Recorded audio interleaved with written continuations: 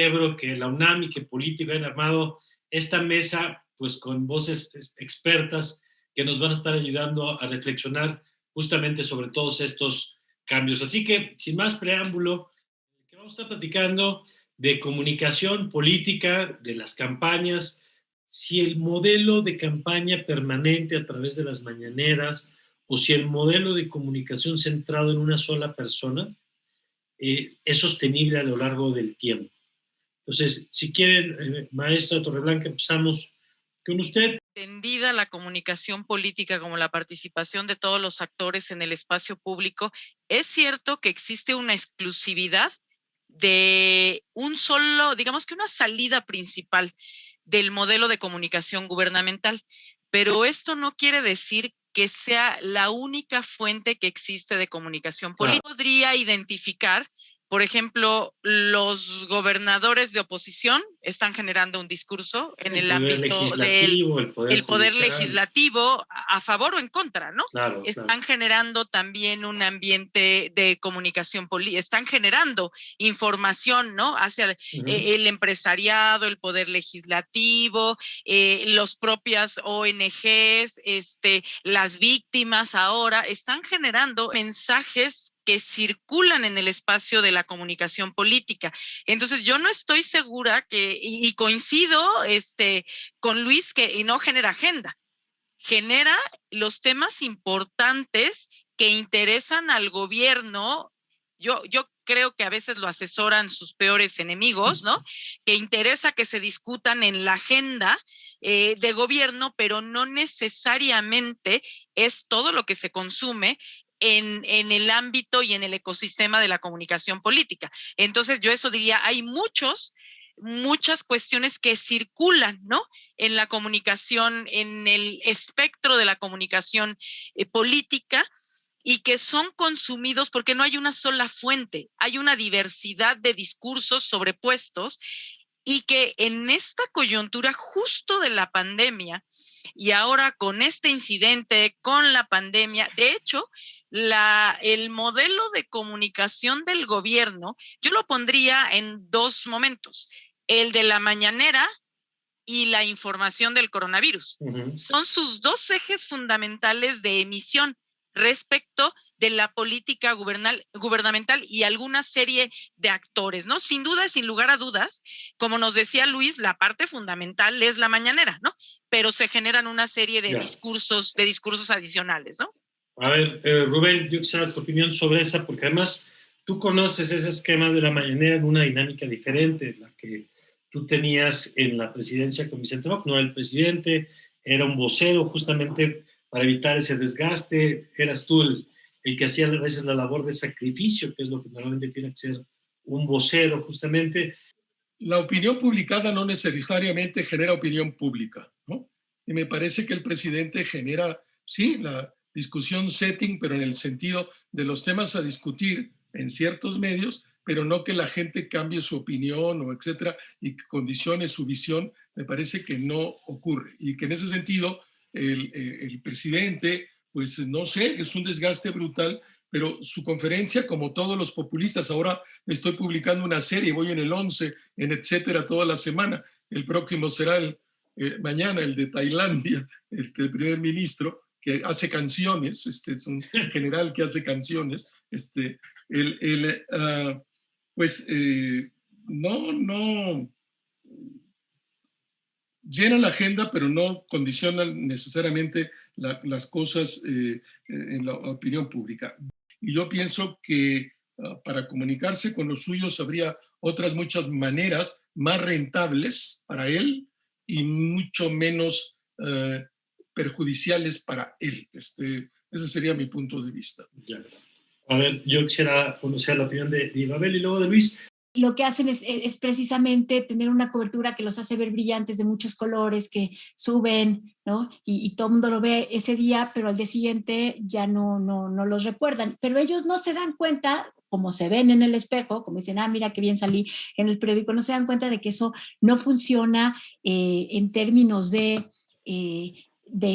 amarre con la gente. Ahora, en lo que respecta a la conferencia matutina, no sé, yo estaría un poco en desacuerdo con lo que acaban de decir, o no en desacuerdo completo, porque efectivamente creo que no pone agenda, pero aunque no ponga agenda, yo creo que es un modelo muy exitoso.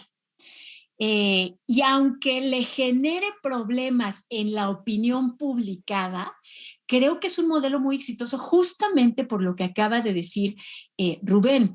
A ver, estas conferencias matutinas no son para convencer al mundo entero. Estas conferencias matutinas son para hablarle a su nicho.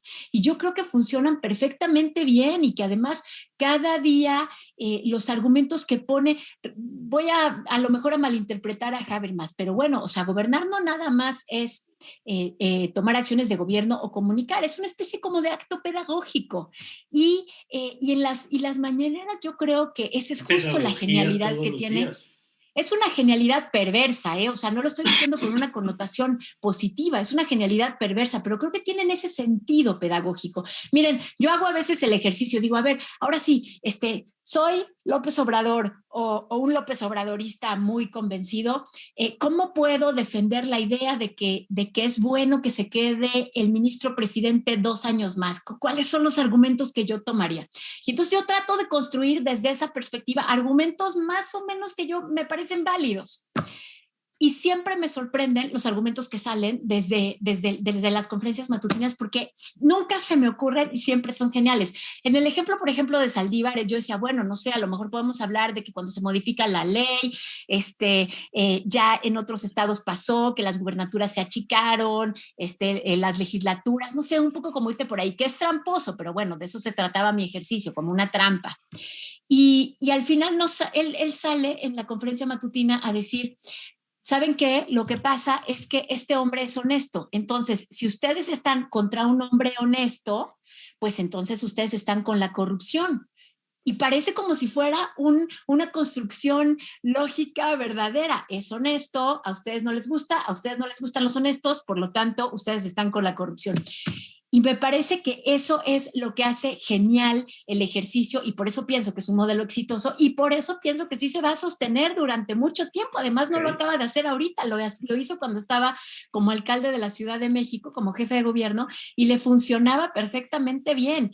Y aunque a nosotros nos moleste y aunque nosotros veamos y la opinión publicada encuentre críticas y la agenda tenga otras voces y no sea solamente este altavoz, pues hay que reconocer que es un altavoz muy poderoso. Bueno, muy potente, sin duda. Luis.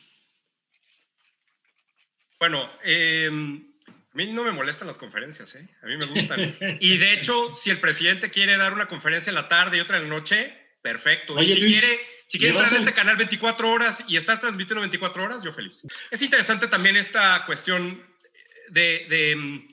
sobre la audiencia un poco y sobre a quién le habla. El día de ayer o antier, me parece, en El Financiero sacaron una encuesta donde dibujan el perfil de los votantes de Morena y los votantes de otros partidos. Normalmente los votantes de Morena, de acuerdo con este perfil publicado en la encuesta del Financiero, tienen características de los que menos consumen noticias, de los que menos siguen a la política y de los que menos se involucran en asuntos públicos. Es más, de los que menos proporción o menos propensión tienen de ir a votar el día de las elecciones. Eso está probado, estudios y estudios, menor escolaridad, mayor edad, en fin. Entonces, si esa es la base de Morena, asumir que esa base son los que ven las conferencias de prensa está un poco estirado, primer punto.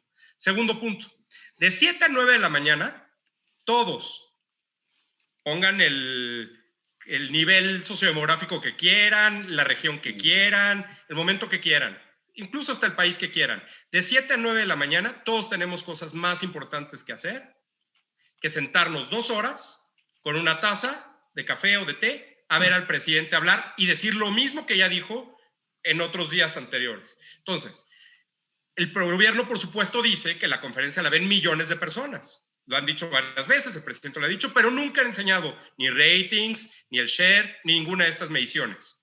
Entonces, lo que acaba pasando es que el presidente no puede mostrar que lo ven tantas personas. Nosotros lo que hicimos en Spin fue, dado que no existen estas mediciones, ver cuál es el número de vistas que tiene cada una de las conferencias entre los seguidores del presidente en Facebook.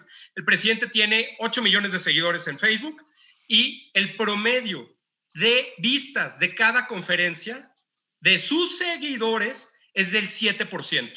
Solamente el 7% de los seguidores del presidente ven las conferencias en Facebook. Y solo se necesitan 3 segundos para que marque como visto en Facebook un video. Entonces, estamos hablando de que prácticamente nadie, y menos de su base, ven las conferencias de prensa. Obviamente, mucho menos en un país donde el 95% de la gente tiene celulares prepago, van a gastar sus datos, que pueden utilizar en cualquier otra cosa, viendo 2 horas de conferencia del presidente. Entonces, cuando tenemos este impacto de lo que dice el presidente, bueno, pues sí, evidentemente los medios de comunicación recuperarán unas cosas, otras, y es ahí donde se dispersa el mensaje. Es cierto, se multiplica, pero también se dispersa. Y asumir que lo que se dice en las conferencias va a ser la diferencia respecto de lo que alguien vaya a votar o no por ese candidato, bueno, pues está un poco complicado. Lo último que diría es, más bien me parece, y esto pues tendremos que revisarlo con alguna encuesta, es si el objetivo de las conferencias es que esté dirigido no a su base, sino justamente contrario a su oposición, para que entonces se divida y se polarice y sea esta oposición la que esté retomando permanentemente y hablando permanentemente del presidente, que creo que más bien ese es el objetivo. Está interesante esa lectura. A ver, Rubén. ¿Quién sí la ve? Los medios, aunque no estén los medios relevantes y pregunten, pero sí retoman, y en el primer bloque noticioso de la mañana está, en el bloque todos los noticieros de mediodía está, y en el bloque todos los noticieros está, y dicen lo que dijo el presidente, y dedican una parte de cada uno de estos noticieros a eso. El día que los noticieros decidieran que pues ya no le van a hacer caso, se acabó la conferencia mañanera y se acabó el ejercicio de propaganda política. A ver, Ibabel, para cerrar este tema y vamos a las campañas.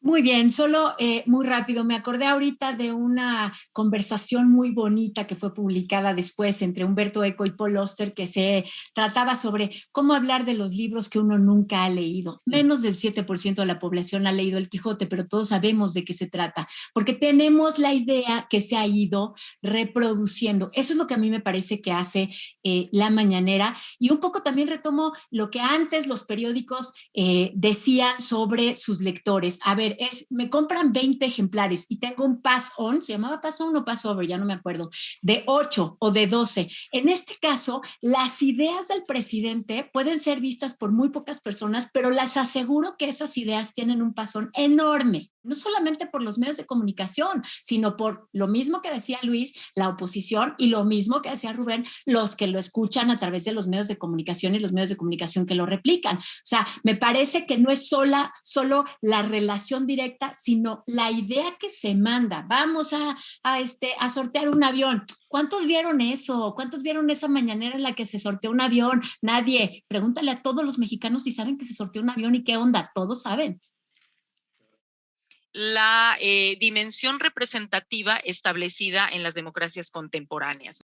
No pueden ser pensadas las democracias representativas, las democracias modernas, sin una dimensión representativa. La representación ha ido cambiando su concepción, su forma de estudio y su forma de manifestarse.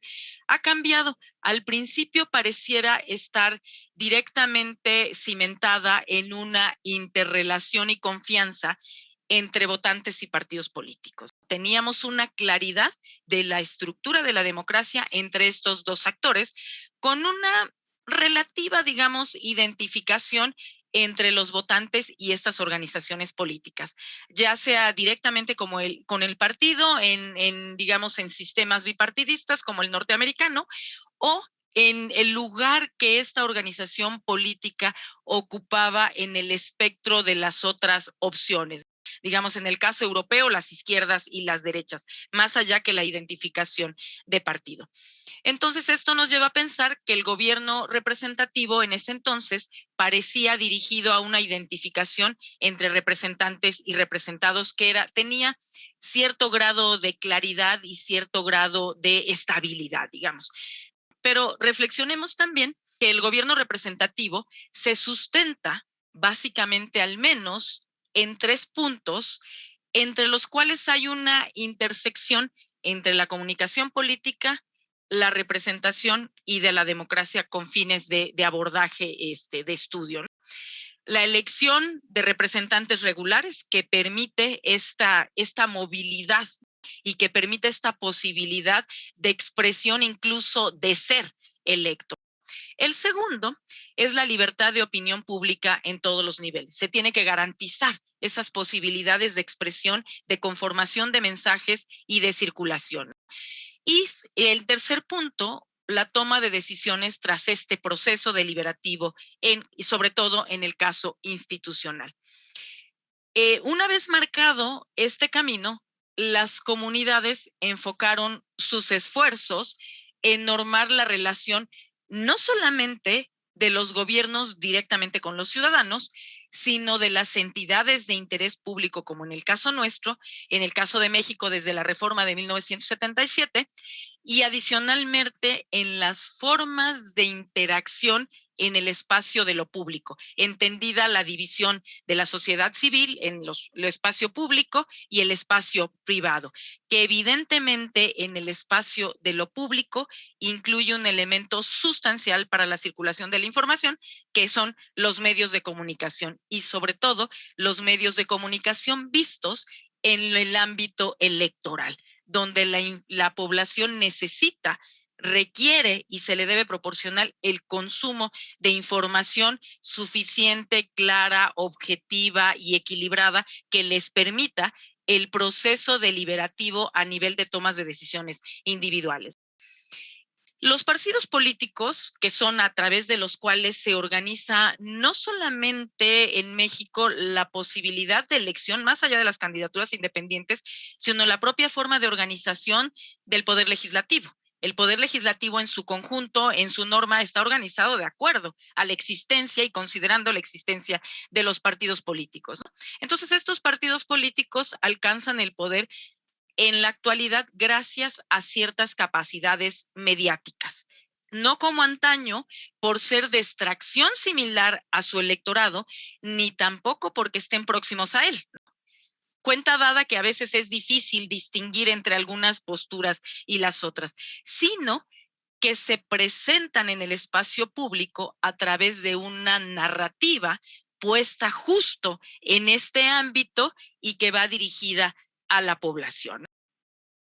Entonces, el ejercicio de la soberanía popular, que se entiende como el pilar que sustenta la legitimidad del poder político moderno, no puede entenderse sin el ámbito de la comunicación y tampoco podría entenderse la cuestión de la representación sin el ámbito de la comunicación, que dicho sea de paso, tiene que estudiarse de una forma no multidisciplinar, sino transdisciplinar, que implica retomar los enfoques de diferentes ciencias para poder dar cuenta de lo que ahora nos ocupa como el fenómeno político y que nos ha llevado incluso a estudiar las emociones políticas, no acercarnos un poco más a la psicología y no solamente retomar aquellos enfoques meramente estructurales.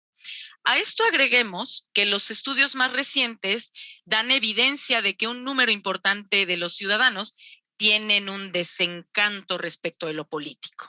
Tenemos ahí un reto y un desafío que no es menor, porque la primera instancia del electorado y de los votantes es voto o no voto. Ya después veo por quién voto, ¿no? Pero mi primera reflexión es acudo o no acudo. Entonces eso es muy importante. Y además también que las estrategias de los candidatos y de los partidos se basan en esta elaboración de narrativas y en algunos casos poco cercanas a los hechos. ¿Por qué digo esto poco cercanos a los hechos? Porque el votante, el electorado, sin lugar a dudas en una coyuntura como la que nos ocupa, sin duda tiene una revisión de actuación de gobierno que contrasta contra su propia agenda pública, contra sus propias expectativas individuales de lo que se esperaba o no. Yo agregaría en esto que decía la maestra Torreblanca, dentro de los participantes de la comunicación, yo creo que no hay empresa importante que no esté monitoreando la mañanera para ver qué dicen de ellos, para ver qué días los ponen bajo el reflector o anuncian alguna ley que pueda afectar sus intereses. Entonces, sí es un espacio de comunicación, pues para envío de mensajes, digamos, no necesariamente para el gran público. A ver, sí, me permites, bueno, rapidísimo, porque si no se nos va a acabar el tiempo y no vamos a hablar. Adelante. Solo rápido. Pues es que, ¿qué esperamos? Es el presidente. Sí, claro. Evidentemente es el generador número 1 de información. Haga mañanera, tuitee, esté en Facebook. Bueno, es nada más eso. Claro. Bueno, vamos a ver. Yo quiero agregar a reserva, Rubén, si quieres empezamos contigo, el tema de las campañas, pero yo quisiera vincular con el tema de la pandemia. Ya decías tú que los eventos prácticamente siguen siendo los mismos, que cambia el volumen de participantes, pero te pregunto, ¿la agenda de la gente ha cambiado la agenda de las campañas? Y si eso es relevante y por lo tanto la gente los actores políticos están respondiendo a las necesidades de la gente, o van en carriles diferentes, los políticos están haciendo lo mismo de siempre y no están oyendo a la gente, o tercera hipótesis, a la gente no le importa tanto el tema de la pandemia y prefiere pues, seguir escuchando otros temas. A ver, yo, en concreto, desde un ángulo de mirada nada más, al principio de marzo, en el caso de Sonora, todavía era tema la pandemia, ¿no? Junto con economía y seguridad. La pandemia, entre la vacuna y lo que tú quieras, etcétera, ya no es tema. Todas las encuestas y los grupos de enfoque y los estudios que hacemos, solo el primer lugar es economía, empleo, y se traduce en empleo, en un estado con casi pleno empleo como Sonora. Es empleo, y 2 es seguridad. Y seguridad, pues que en Sonora es una balacera todos los días en Caborca, sobre todo en la zona norte del estado, pero no está el tema de la pandemia. Yo quisiera que estuviera, pero no está. Está el tema de dame un empleo y está el tema de dame paz, güey, porque ya esto está de la chingada. Y al caso específico y como empírico, pues, y no me comprometo a otra cosa más y puede ser como más duro en la medida que tengo el dato duro, que tengo todos los grupos de enfoque y todas las encuestas y todo, ¿no? En pandemia era tema en marzo, hoy no es tema en Sonora y se ha radicalizado el tema del empleo y el tema claramente de la seguridad. Son los 2 únicos temas que interesan a la gente. Lo demás no es bastante irrelevante. Gracias, Rubén. ¿Quién más? Yo no estoy tan segura que no necesariamente impacte. ¿Cuántas veces hemos visto que las encuestas dicen una cosa y los votos dicen otra? Entonces yo no estoy tan segura y no creo que haya determinismos de tal naturaleza que no impacte. Creo que y ya nos lo dirán los resultados electorales y los análisis posteriores, sin lugar a dudas, una situación a nivel local, estatal, nacional y mundial trastoca sin duda todo el espacio social, la percepción de las propias personas de sí, y sin lugar a dudas, y ahí coincido completamente con Rubén, sin duda se incorporan, agravan y quizá hacen más ácidos o quizá profundizan más problemas que teníamos de índole estructural. Problemas que teníamos de índole estructural que son la economía, que son la seguridad, y que eventualmente en una coyuntura sanitaria como la que tuvimos, pasa a primer término una inmediatez, pero esta inmediatez lo único que hace es profundizar ciertas condiciones y ciertas situaciones que ya de por sí teníamos complejas. El problema de la economía lo tenemos hace un rato, el problema de la seguridad lo tenemos hace un rato, ¿no? Pero esta coyuntura llevó a visibilizar y a llevar a la reflexión pública ciertas situaciones y ciertas condiciones que no necesariamente teníamos podríamos decir, en el radar del espacio público y de la reflexión generalizada acerca de esto. Los debates que he visto y en las campañas que he estado siguiendo siguen siendo efectivamente la economía y la seguridad. Me he dado cuenta de que es el elemento de mayor ataque a los adversarios por parte de quienes no son de Morena, son las acciones del gobierno federal en materia de combate y prevención de la enfermedad. De acuerdo, pues nos quedan unos minutitos ya antes del cierre. Creo que tenemos que poner mucho más atención detallada a lo que pasa en los estados. Muy bien, gracias, Isabel. Patricia. Como corolario, además de agradecer al auditorio que nos ha aguantado 2 horas aquí discutiendo cosas que a los que estamos y a mis colegas de la mesa, quienes me acompañan en el panel, nos apasiona y podríamos creo que seguirle, pero agradecerles primero y en segundo, en estas elecciones no perder de vista no solamente la cuestión espacial, sino no perder de vista a todos los actores, no perder de vista a los actores desde gobierno, desde partidos políticos y sobre todo no perder de vista al actor principal que debe acudir a esta fiesta democrática que entendemos como tal y que traducimos en una cuestión electoral. Muy bien, gracias Luis. Gracias nuevamente por la invitación. Un saludo a todos. Creo que lo que mencionaba Rubén respecto del cambio de voto es claramente una realineación de los votantes que antes eran priistas, ahora son morenistas. El perfil sociodemográfico de los votantes es prácticamente el mismo. Evidentemente habrá priistas que nunca cambiarán de partido, siempre serán fieles al PRI, pero la caída del PRI y la transformación en Morena, bueno, pues pasó en algún momento en la Ciudad de México, se ha replicado en varios estados de la República, y creo que esa es la parte que tiene todavía de alguna forma confundidos algunos votantes sobre quién van a votar y cómo. Creo que las elecciones, como nunca van a ser competidas en los estados, es cierto, es la elección más grande. Muy bien, Luis, muchas gracias, Rubén. Yo un dato, voy a concluir de otra manera, un dato que puede resultar interesante de los estudios. Entre vaya más gente a votar, favorece a Morena. Entre menos gente vaya a votar, favorece al PRI y al PAN. Pues yo les agradezco, Rubén, Patricia, Luis y Mabel, muchas gracias a los 4 por su tiempo, gracias sobre todo a la facultad